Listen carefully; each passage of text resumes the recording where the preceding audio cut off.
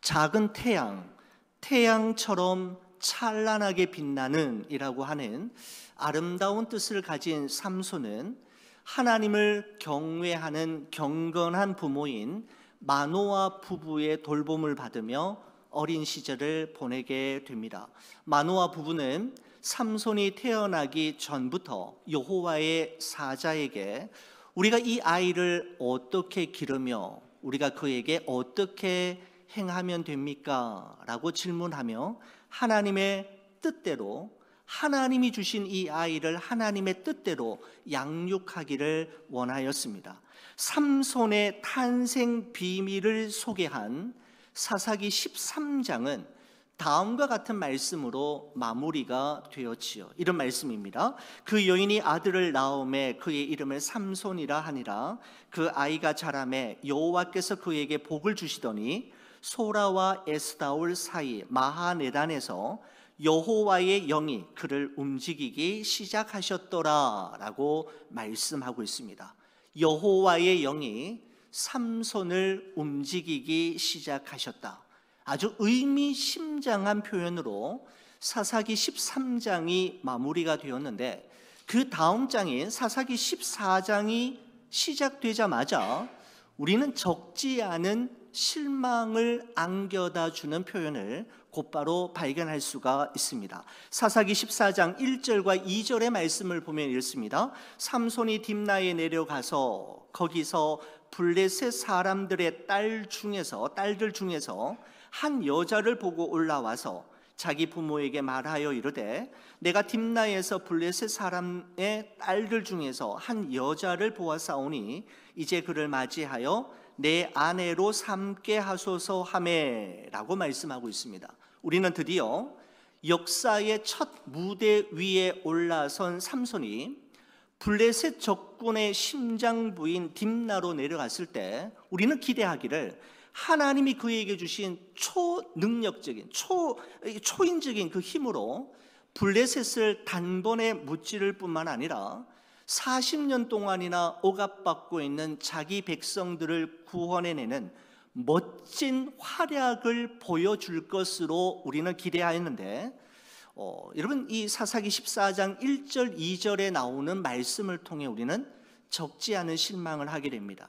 삼손의 눈에 가장 먼저 들어온 것은 블레셋 이방의 딸들이었고, 그 삼손의 입에서 나온 첫 번째 말은 내가 그 블레셋 이방 딸들 중에 한 여자를 보았는데 그 여자를 나의 아내로 삼게 해달라고 애걸하는 그 모습을 우리가 볼 수 있게 되는 것이죠. 여러분, 처음부터 뭔가 불안하고 아슬아슬한 감을 느끼게 되지 않습니까? 여러분, 삼손의 이와 같은 모습은 사사기 16장 1절에서도 발견할 수 있는데, 여러분의 성경책 한번 보시겠습니까? 사사기 16장 1절 이렇게 기록하고 있습니다. 삼손이 가사에 가서 거기서 한 기생을 보고 그에게로 들어갔더니 라고 말씀하고 있습니다.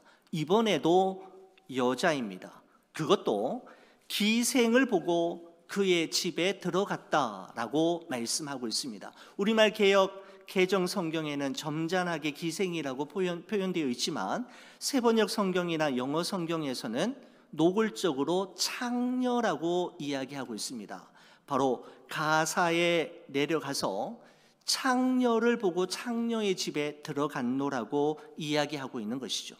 여러분, 도대체 이게 어떻게 된 일이란 말입니까? 여러분, 사사기 16장 4절 말씀 또 보시겠습니까? 이후에 삼손이 소렉 골짜기에 들릴라라 이름하는 여인을 사랑하매라고 표현하고 있습니다. 삼손의 세 번째 여자 이름이 나오고 있죠. 블레셋 여인 들릴라가 등장하고 있는데, 여러분, 들릴라는 삼손의 여인들 중에서 유일하게 그 이름이 언급되고 있을 뿐만 아니라 성경은 특별히 표현하기를 삼손이 사랑하는 여인이라고 꼭 집어서 표현하면서 이 삼손의 문제의 심각성을 더 부각시키고 있는 듯한 느낌을 우리가 받을 수가 있습니다. 여러분, 삼손이라는 이름의 뜻이 여러분 태양이라고 말씀드렸지 않습니까? 여러분 들릴라는 어떤 뜻일까요? 들릴라는 밤이라는 의미를 가지고 있습니다. 여러분 그래서 삼손이 들릴라를 사랑했다라고 하는 이 표현을 태양이 밤을 사랑했다, 태양이 밤의 유혹을 이기지 못하고 빛을 잃었다, 여러분 이렇게 좀 문학적으로도 표현해 볼 수 있을 것 같습니다. 바로 삼손이 들릴라에 의해서 그의 머리털이 깎이게 됨으로 말미암아, 여러분 그 부분을 태양이 밤의 유혹을 이기지 못하고 그 태양빛을 잃어버리는, 여러분 그와 같은 모습으로도 표현할 수가 있는 것 같습니다.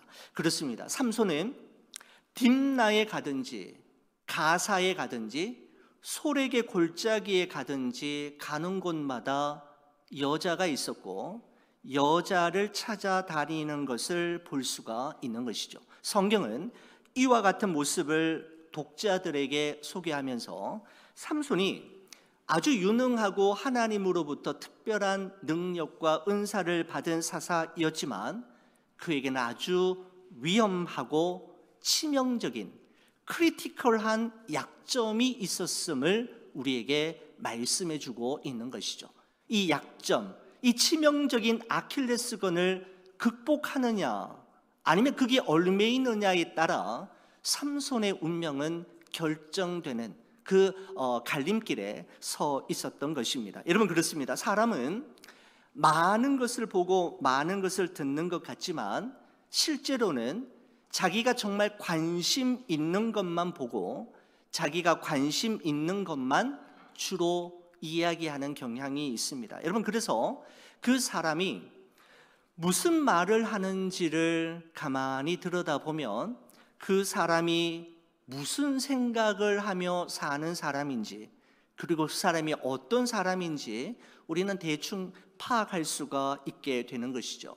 여러분 탈무드에 보면 이런 기록이 있습니다. 한 사람이 지금 무엇을 생각하고 있느냐가 그 사람의 미래를 결정한다라고 하는 표현이 있는데, 여러분 우리가 매일 묵상하고 우리가 매일 생각하며 바라고 꿈꾸고 기도하는 그것이 결국은 우리를 빚어갈 것이며 결국 우리의 미래를 결정하게 될 결정적인 요인이 된다라는 사실을 말해주고 있는 듯합니다.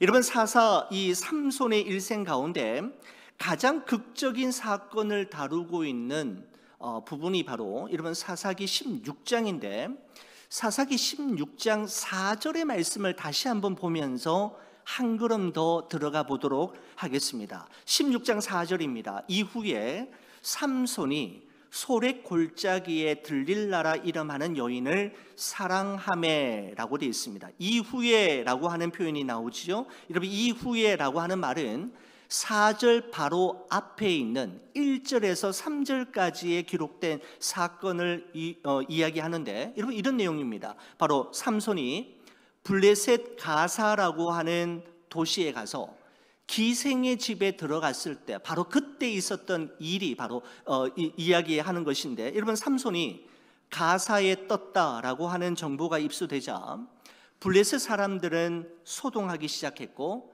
이 삼손을 사로잡기 위해 밤새도록 그 기생의 집을 이게 빽빽이 에워싸고 매복했다가 그 다음에 새벽이 되면 삼손이 그 집에서 나올 때 삼손을 죽일 요량이었습니다. 여러분 그런데 삼손이 그들의 계획을 정말 비웃기라도 하듯 한밤중에 일어나서는 성 문짝을 뽑아들고 두 문설주와 문빗장을 빼어가지고는 헤브론 앞산 꼭대기까지 메고 올라가는 상상을 초월하는 초인적인 힘을 발휘하는 그런 모습이 바로 1절에서 3절까지 기록되어 있었습니다. 여러분 기생의 집이 있었던 가사에서 헤브론까지의 거리가 성경학자들은 64km로 이야기하고 있습니다. 한 40마일 정도 되죠. 여러분 그리고 헤브론 앞산 꼭대기, 여러분 이것이 해발 어느 정도의 높이인가 하면 해발 930m의 높이가 된다고 합니다. 여러분 그런데 맨몸으로도 그냥 가기 힘든 거리를, 맨몸으로도 오르기 힘든 그 산을 성 문짝을 어깨에 짊어지고 문설주와 문빗장을 등에 진 채 엄청난 괴력으로 64km를 밤새 달려서 산 꼭대기 위에 올라가는 엄청난 일을 행하였던 것이죠. 블레셋 당국자들은 자신의 눈앞에서 벌어졌던 이 사건을 큰 충격으로 받아들이게 되었고, 삼손이 이스라엘에 존재하는 한, 그리고 삼손의 힘의 비밀을 알아내지 못하는 한 블레셋은 이스라엘을 더 이상 통치할 수 없을 뿐만 아니라 이스라엘은 블레셋에게 큰 위험을 제공하는 존재가 될 거라는 그 현실적인 판단을 내렸던 것입니다. 대책을 강구하기 위해 한자리에 모인 이 블레셋의 방백들은 삼손이 사랑하는 여인 들릴라를 매수해서 미인계를 사용함으로 그를 사로잡을 계획을 가지게 되었습니다. 자, 여러분 사사기 16장 5절의 말씀을 한번 보시기 바랍니다. 블레셋 사람의 방백들이 그 여인에게로 올라가서, 들릴라에게로 올라가서 그 말입니다. 그에게 이르되 삼손을 꿰어서 무엇으로 말미암아 그 큰 힘이 생기는지, 그리고 우리가 어떻게 하면 능히 그를 결박하여 굴복하게 할 수 있을는지 알아보라. 그리하면 우리가 각각 은 1,100개씩을 내게 주리라 하니 라고 말씀하고 있습니다. 블레셋 방백들은 삼손은 여인에게 약하고 들릴라는 돈에 약하다라고 하는 아주 요긴한 정보를 얻게 되었고, 바로 여자와 돈을 사용함으로 바로 삼손과 들릴라를 함께 잡기 위한 계획에 착수하게 되었던 것이죠. 돈에 매수된 들릴라는 그 삼손에게 주어진 그 힘의 비밀을 알아내기 위해 필사적인 노력을 다 기울이게 됩니다. 여러분, 처음에는 새 활줄 7으로 삼손 자신을 결박하면 자신은 힘이 없어지게 되고 보통 사람처럼 된다라고 이야기했다가, 그 다음에는 한 번도 사용하지 않은 새 밧줄로 자신의 몸을 포승하면 나는 꼼짝없이 당하게 말 것이다 라고 이야기하는데, 급기야는 어디까지 이야기하게 되느냐 하면 자신의 머리털 7가닥을 배틀의 날실과 섞어서 짜면 자신은 아무 힘을 쓸 수 없다라고 하는, 자신의 머리털까지 이제 이야기하는 그 단계까지 이르게 됩니다. 사태의 심각성을 전혀 파악하지 못했던 삼손은 들릴라의 집요한 유혹이 거듭될수록 점점 더 진실에 가까운 말을 하였고, 여러분 결국은 어떻게 됩니까? 하나님과 그 사이에 맺어진 소중한 언약, 바로 나실인의 비밀을 이야기하고 말게 되지요. 여러분 17절의 말씀입니다. 삼손이 진심을 드러내어 그에게 이르되 내 머리 위에는 삭도를 대지 아니하였나니 이는 내가 모태에서부터 하나님의 나실인이 되었습니다. 만일 내 머리가 밀리면 내 힘이 내게서 떠나고 나는 약해져서 다른 사람과 같으리라 하니라. 드디어 하나님과 자신만이 알고 있는 소중한 언약 나실인의 비밀을 그 여인 앞에 털어놓고 말았던 것입니다. 여러분, 유럽 대륙 대부분의 나라들을 점령하면서 승승장구를 이어가던 나폴레옹이 1812년 러시아 원정에 실패하게 되면서 그의 운명이 서서히 기울어지기 시작합니다. 나폴레옹이 이끄는 한 번도 패해 본 적이 없는 나폴레옹이 이끄는 프랑스의 무적 군대가 파죽지세로 러시아를 침공하지만은 그때 러시아에 매섭게 몰아쳤던 그 추위와 끊임없이 쏟아지는 폭설로 인해서 그는 러시아 원정에 패배하게 되고 회군을 해야만 하는 그런 상황이 오게 되었습니다. 여러분, 이와 같이 나폴레옹의 러시아 원정 실패를 두고서 제임스 라이드라고 하는 역사학자가 다음과 같은 아주 통찰력 있는 말을 전해주고 있습니다. 모스크바로 가는 길 위에서 나폴레옹을 패배시킨 것은 대포가 아니라 작은 눈송이의 힘이었다라고 그는 이야기하고 있습니다. 나폴레옹은 대포의 화력 앞에서는 무릎 꿇지 않았지만 소리 없이 한결같이 끊임없이 내리는 이 작은 눈송이의 힘 앞에 그는 무릎을 꿇었고 러시아 원정을 포기하고 다시 돌아올 수밖에 없었던 것이죠. 여러분, 다윗이 그랬지 않습니까? 그는 거인 골리앗을 쓰러뜨리는 정말 위대한 명장으로 세워졌지만 여러분, 밧세바 여인 앞에 그냥 속수무책으로 무너졌던 경험이 있었지 않습니까? 여러분, 삼손 역시 그러했습니다. 맨손으로 젊은 사자를 찢어 죽이고 나귀 턱뼈 하나로 블레셋 1000명의 군사들을 한자리에서 쓰러뜨릴 뿐만 아니라 그 무거운 성 문짝을 어깨에 메고 문설주와 문빗장을 등에 짊어진 채 64km, 40마일을 그 자리에서 달려가서 산 꼭대기로 올라가는 정말 무서운 괴력을 발휘하는 사람이었지만 그는 들릴라의 집요한 유혹 앞에 그냥 무너지고 마는 한없이 연약한 사람이었음을 깨닫게 되는 것입니다. 여러분, 우리 또한 그런 경우가 많은 것 같아요.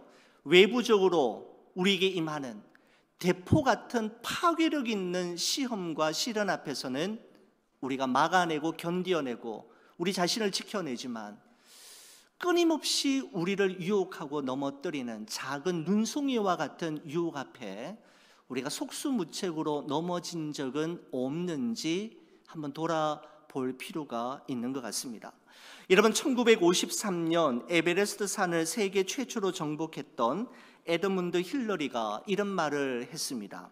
우리가 정복한 것은 에베레스트가 아니라 우리 자신이었다라고 하는 이 말을 저는 참 좋아합니다. 이 말은 자기 자신과의 싸움에서 승리하지 못한 사람, 자신의 마음과 생각, 그 감정을 컨트롤하지 못하는 사람은 결단코 에베레스트 산의 정상에 이룰 수 없다라는 것이죠. 여러분, 에드문드 힐러리는 여러분 에베레스트 산보다 먼저 정복해야 했던 것은 자기 자신이었음을 알고 있었던 것입니다. 끊임없이 포기하고 싶고 되돌아가고 싶고 모든 것을 내려놓고 싶은 그 위기 앞에 그는 자기 자신을 지켜낼 수 있었기에 그는 에베레스트를 최초로 정복하는 올라가는 그런 영광을 누리게 되었던 것입니다. 여러분, 잠언 4장 23절에 보면 이런 말씀이 있죠. 모든 지킬 만한 것 중에 더욱 내 마음을 지키라. 생명의 근원이 이에서 남이니라 라고 말씀하고 있고, 잠언 16장 32절, 우리 이 말씀은 저와 함께 같이 한번 읽어주시겠습니까? 노하기를 더디하는 자는 용사보다 낫고 자기의 마음을 다스리는 자는 성을 빼앗는 자보다 나으니라 라고 말씀하고 있습니다. 여러분, 성을 빼앗는 것이, 성을 무너뜨리는 것이 여러분 얼마나 힘들고 여러분 얼마나 정말 진짜 만만치 않은 일이지만, 성을 빼앗는 것보다 더 힘든 일이 무엇인가 하면 우리의 마음을 다스리고 우리의 노를 다스리는 것임을 성경은 우리에게 말씀하고 있는 것이죠. 힘의 비밀이 어디 있는지를 집요하게 묻는 들릴라의 질문에 삼손은 절대로 누설하지 말아야 할 나시린의 비밀을 털어놓게 되었고, 마침내 그의 머리털이 밀리게 되었습니다. 호시탐탐 기회를 엿보며 매복해 있었던 블레셋 군사들은 굶주린 늑대들이 먹잇감을 발견하고 덮치듯이 순식간에 삼손을 사로잡아 그의 두 눈부터 뽑기 시작했고, 놋줄로 그의 몸을 포승한 이후 깜깜한 감옥에 내동댕이 치고 맷돌을 죽을 때까지 돌리도록 하였습니다. 작은 태양, 태양처럼 찬란하게 빛나는 이라고 하는 참 멋지고 아름다운 이름을 가진 삼손이었지만 아이러니하게도 그는 빛을 잃어버리게 되었죠. 작은 눈송이의 유혹 앞에 무너지는 순간 그는 모든 것을 다 잃어버리게 되었고 깊은 절망과 흑암 속에 내동댕이 쳐졌던 것입니다. 여러분, 저는 이 사사기 16장의 말씀을 묵상하고 또 말씀을 준비하면서 가장 비극적인 구절 한 구절을 발견할 수 있었는데 저는 20절 말씀이라고 생각이 됩니다. 여러분, 20절 말씀 한번 보시겠습니까? 사사기 16장 20절, 우리 이 말씀 저와 함께 같이 한번 읽어보도록 하겠습니다. 들릴라가 이르되 삼손이여 블레셋 사람이 당신에게 들이닥쳤느니라 하니 삼손이 잠을 깨며 이르기를 내가 전과 같이 나가서 몸을 떨치리라 하였으나 여호와께서 이미 자기를 떠나신 줄을 깨닫지 못하였더라 라고 말씀하고 있습니다. 여러분, 저는 이 구절에서 여호와께서 이미 자기를 떠나신 줄을 깨닫지 못하였다라고 하는 이 표현이야말로 다른 어떤 구절들보다도 가장 비극적인 구절이라는 생각이 들었습니다. 삼손은 하나님께서 이미 자신을 떠난 것조차 깨닫지 못할 정도로 하나님의 임재에 무감각했고 무지했을 뿐만 아니라 자신의 영혼을 돌보는 일에 무관심했고 소홀했다라는 사실을 이 구절을 통해서 발견할 수가 있게 되는 것이죠. 하나님께서 삼손을 떠나자 그는 아무것도 할 수 없는 무능한 남자로 전락하게 되었습니다. 삼손은 그의 머리털이 깎여서 힘을 쓰지 못한 것이 사실은 아니라 하나님께서 그를 떠나셨기 때문에 하나님이 더 이상 그와 함께 하시지 않기로 결정하셨기 때문에 그는 무능한 자로 살 수밖에 없게 된 것이죠.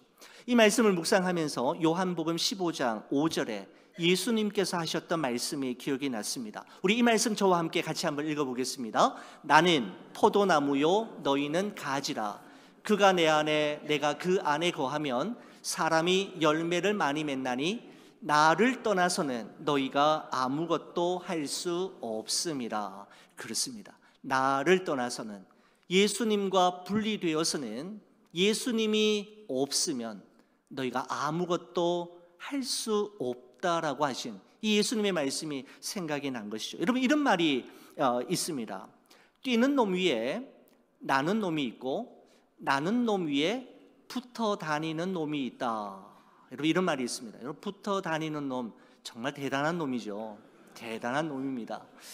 여러분, 누군가에 얹혀서 가는 여러분 그런 기생충과 같은 뭐 그런 존재라고 할 수 있겠습니다. 뛰는 놈 위에 그저 나는 놈이 있고 나는 놈 위에 붙어 다니는 놈이 있다. 여러분, 그리스도인은 어떤 사람이라고 정의 내릴 수 있을까요? 많은 정의가 가능하겠지만 그리스도인이란 예수님에게 딱 달라붙어서 예수님과 떨어지지 않고 모든 일을 그분과 상의하며 그분의 뜻을 물으며 그분과 함께 행하는 사람들, 우리는 그들을 그리스도인이라고 부르는 것이죠. 포도나무에서 떨어져 나간 가지가 아무런 의미가 없는 것처럼 예수님과 분리된 그리스도인, 예수님 안에 거하지 않는 그리스도인의 삶은 무능할 수밖에 없는 것이죠. 여러분, 그래서 저는 이 20절 말씀이 가장 이 사사기 16장 말씀 중에서 가장 비극적인, 절망적인 표현이라고 생각이 되었습니다. 여러분, 그렇다면 사사기 16장에서 가장 소망적인 말씀 또한 우리가 발견할 수 있는데 22절 말씀입니다. 여러분, 22절 말씀 저와 함께 같이 한번 읽어주시겠습니까? 그의 머리털이 밀린 후에 다시 자라기 시작하니라. 아멘. 다시 자라기 시작하니라. 여러분, 저는 이 말씀이 너무너무 감동이 되어서 읽고 또 읽었습니다. 다시 시작하니라. 이미 늦었다고 생각했고 이젠 다 끝났다고 생각했는데 성경은 다시 시작할 수 있다라고 말씀하고 있기 때문입니다.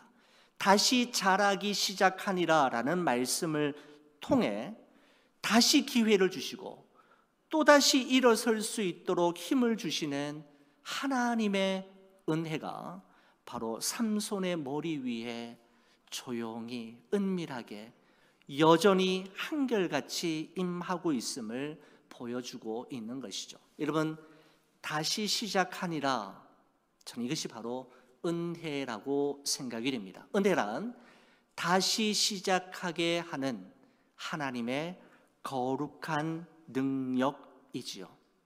이미 끝났다고 생각했고 이미 늦었다고 생각이 되어서 마침표를 찍었고 결론을 내렸는데 그게 끝이 아니었음을 삼손은 깨달았던 것이었습니다.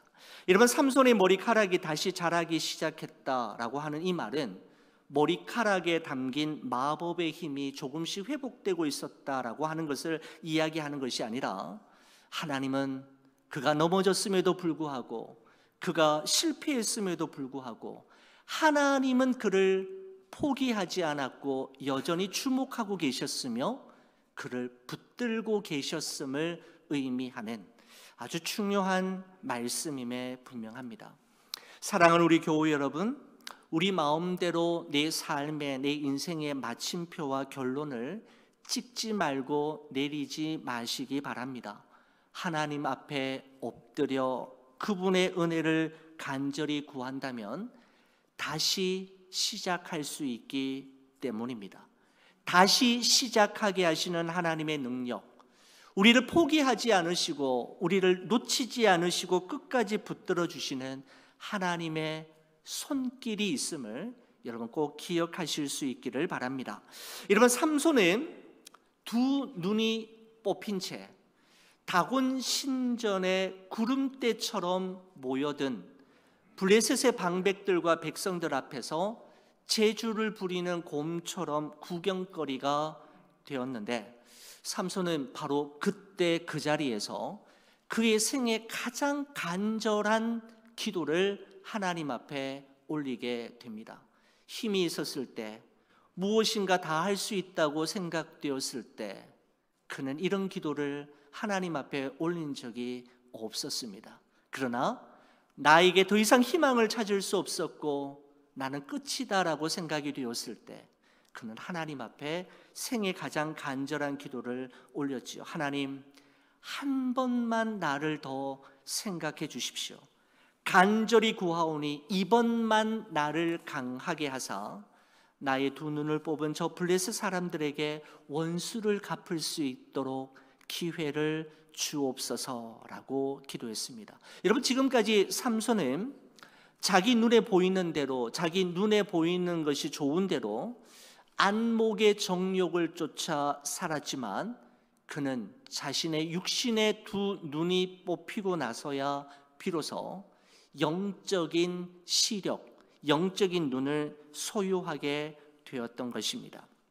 여러분, 사사기는 삼손의 생의 마지막 순간을 30절에 이와 같이 기록하고 있습니다. 우리 사사기 16장 30절 저와 함께 같이 한번 읽도록 하겠습니다. 삼손이 이르되 블레셋 사람과 함께 죽기를 원하노라 하고 힘을 다하여 몸을 굽히매 그 집이 곧 무너져 그 안에 있는 모든 방백들과 온 백성에게 덮이니 삼손이 죽을 때에 죽인 자가 살았을 때 죽인 자보다 더욱 많았더라 라고 말씀하고 있습니다. 여러분, 참 의미 있는 표현 한 문장으로 삼손의 생애의 마지막 결론을 내리고 있는 것을 보게 됩니다. 그래서 이것이죠. 삼손이 죽을 때에 죽인 자가 살았을 때에 죽인 자보다 더욱 많았더라.